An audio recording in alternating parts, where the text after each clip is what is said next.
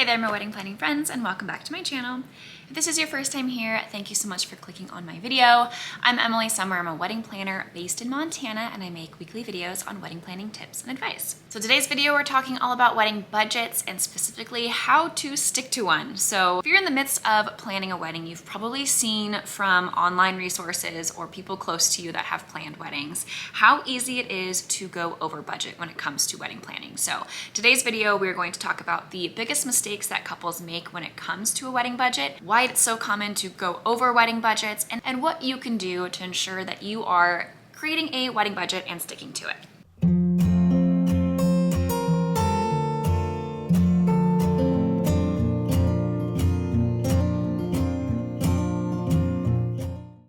So number one of the most common mistakes couples make when it comes to a wedding budget and going over budget is they are not starting with an informed number for their wedding budget. So some couples will just choose a number because that's something that someone close to them did. They did their wedding for $20,000, so that's the budget that they're going to use, or that's just the number that they've heard, so they feel like that's a reasonable number to use.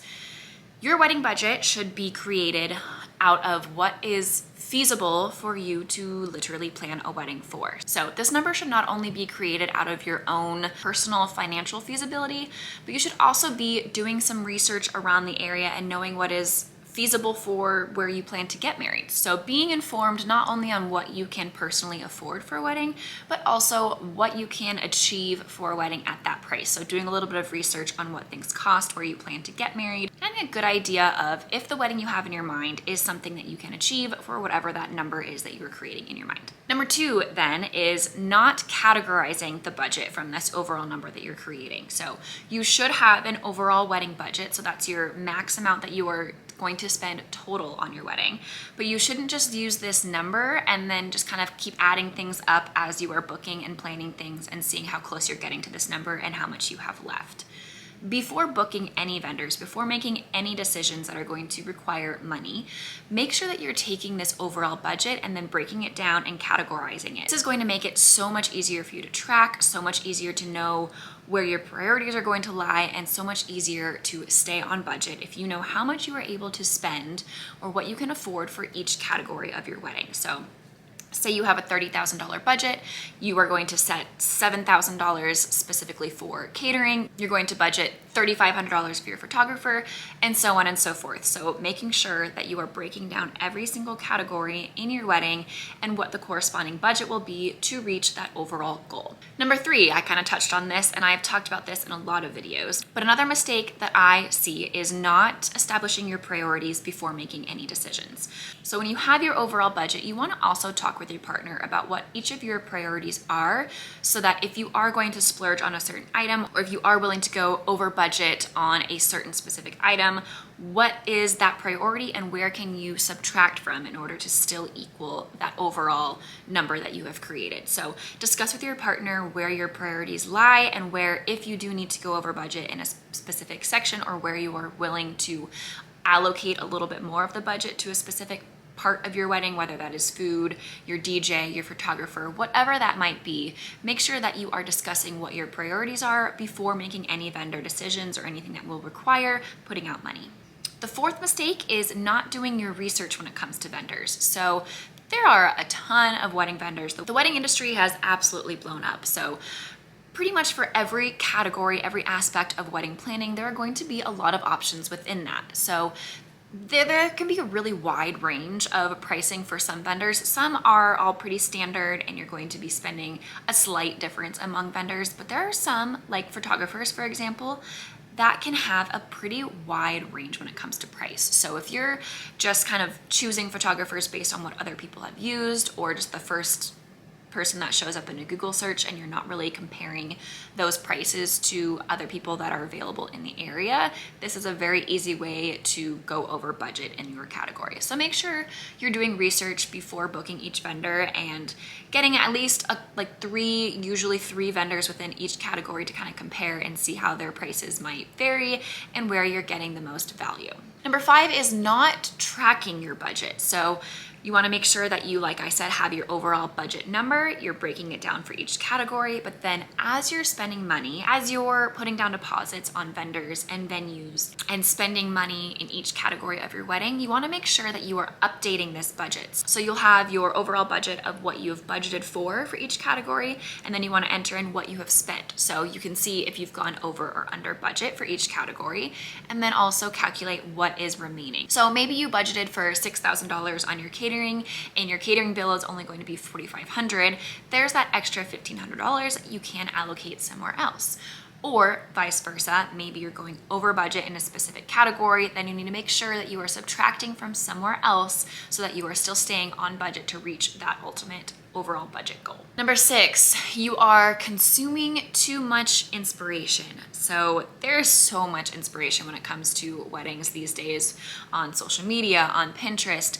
There is no shortage of wedding content. And so as you're planning your wedding, it is very easy to consume a lot of wedding planning. As you're scrolling social media, your algorithm is probably going to be pretty wedding heavy.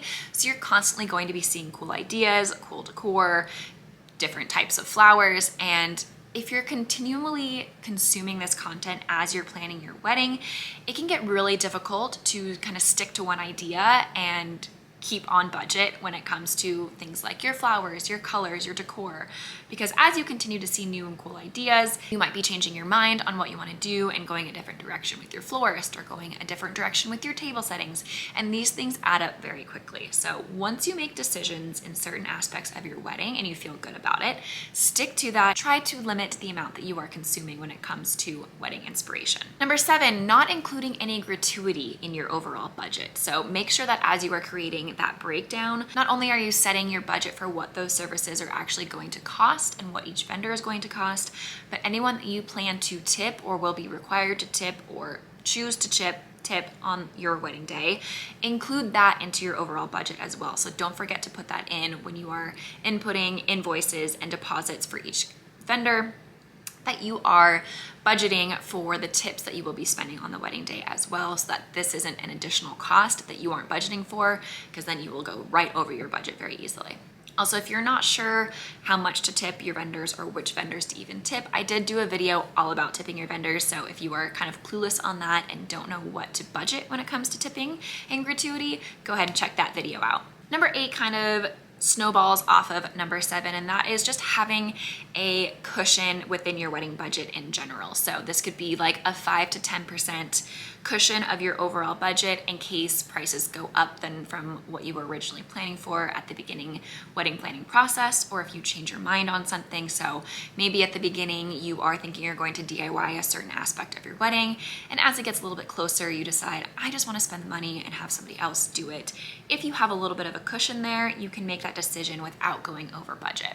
Sometimes prices of food or drinks can change depending on availability or the season or anything like that. You want to make sure that you're having a miscellaneous cushion worked into your wedding budget, so that if things do change, if your guest count is higher than you thought or anything like that, you do have a little bit of cushion to work with so that you don't go over your wedding budget. And if you don't end up using that cushion, then great, you stayed under budget for your whole wedding. And finally, not accurately estimating your guest count. So your overall guest count is going to be the biggest correlator for your overall wedding budget. So pretty much everything that you're budgeting for is going to be per head, so per guest that you have at your wedding. So your food, your decorations, your flowers, your table settings, chairs, tables, all of that is going to be directly related to how many guests you have at your wedding. So if you're using a number at the beginning of when you're creating this budget and when you're starting invoices with